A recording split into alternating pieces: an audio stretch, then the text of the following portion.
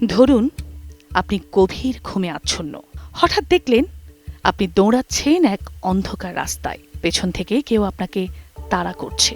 আপনি চিৎকার করতে চাইছেন, কিন্তু গলা দিয়ে কোনো শব্দ বের হচ্ছে না। দৌড়াতে চাইছেন, কিন্তু শরীর নড়ছে না। মনে হয় বুকের ওপর যেন ভারী কিছু চাপ দিয়ে রাখা হয়েছে, এতটাই ভারী যে ঠিক মতো নিঃশ্বাসও নিতে পারছেন না। হাত পা নাড়ানোর শক্তি নেই, মুখে আওয়াজ করার ক্ষমতাও নেই। অনেক চেষ্টা করলে শুধু গোঙানির মতো ক্ষীণ শব্দ বের হচ্ছে। ঠিক তখনই ঘুম ভেঙে যায়। ঘামে ভেজা শরীর, বুক ধরফর করছে। মনে হয় এই বুঝি দম আটকে মারা যাবেন। অভিজ্ঞতাটা এতটাই ভয়ঙ্কর যে যার হয়নি সে কখনোই তা বুঝতে পারবেন না। কিন্তু এমন অভিজ্ঞতার কথা আমাদের আশপাশের অনেকের কাছেই শোনা যায়। গ্রাম বাংলায় একে অনেকেই বলেন বোবায় ধরা।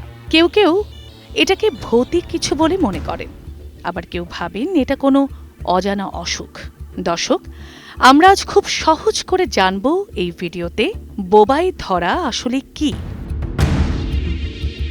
আমাদের ঘুমের সময় শরীর দুভাবে কাজ করে। মস্তিষ্ক স্বপ্ন দেখে আর শরীরের পেশিগুলো সাময়িকভাবে নিষ্ক্রিয় থাকে, যেন আমরা স্বপ্নের মধ্যে নাড়াচাড়া করে নিজের ক্ষতি না করি।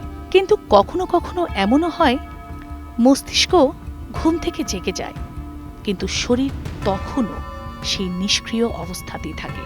এই অবস্থাকেই বলা হয় স্লিপ প্যারালাইসিস, যাকে আমরা সাধারণভাবে বলি বোবায় ধরা।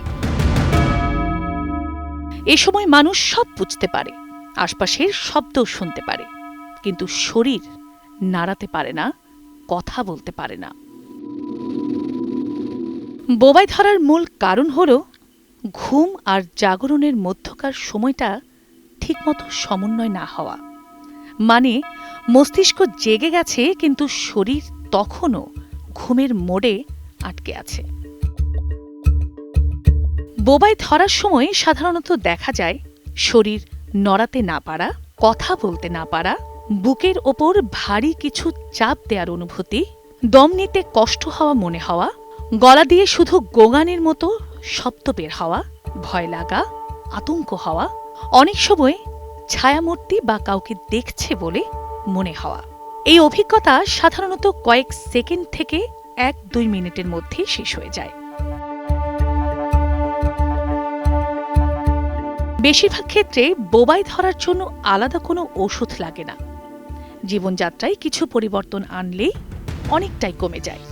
যেমন ধরুন, প্রতিদিন নির্দিষ্ট সময়ে ঘুমানো, দিনে অন্তত 7 থেকে 8 ঘন্টা ঘুমানো, ঘুমানোর আগে মোবাইল বা স্ক্রিন ব্যবহার কমানো, চা, কফি, এনার্জি ড্রিঙ্ক এড়িয়ে চলা, মানসিক চাপ কমানো, চিত হয়ে না ঘুমিয়ে পাশ ফিরে ঘুমানোর চেষ্টা করা।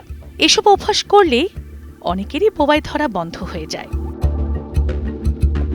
বোবায় ধরলে কখন আপনি চিকিৎসকের শরণাপন্ন হবেন? প্রায়ই যদি বোবায় ধরে, ঘুমের ভয় যদি আপনার তৈরি হয়ে যায়, দিনে অতিরিক্ত ঘুম ঘুম লাগে, শ্বাস নিতে কষ্ট হওয়ার অনুভূতি যদি খুব বেশি হয়, এমনকি মানসিক অস্থিরতা যদি তৈরি হয়, তাহলে অবশ্যই চিকিৎসকের শরণাপন্ন হওয়া উচিত। কারণ এটি অন্য কোনো ঘুমের রোগ বা মানসিক সমস্যার লক্ষণও হতে পারে। বোবায় ধরা কোনো ভৌতিক ঘটনা নয়, এটি একটি বৈজ্ঞানিক ঘুমজনিত সমস্যা। ভয় না পেয়ে যদি আমরা ঘুমের অভ্যাস ঠিক করি, তাহলে এই সমস্যাকে সহজেই নিয়ন্ত্রণ করা সম্ভব। এই ভয়ঙ্কর অভিজ্ঞতাগুলো আসলে স্বপ্ন আর বাস্তবের মিশ্র প্রতিক্রিয়া। মস্তিষ্ক তখনও স্বপ্নের দৃশ্য বানাচ্ছে, অথচ মানুষ জেগে গেছে বলে সেগুলোকে বাস্তব মনে হয়।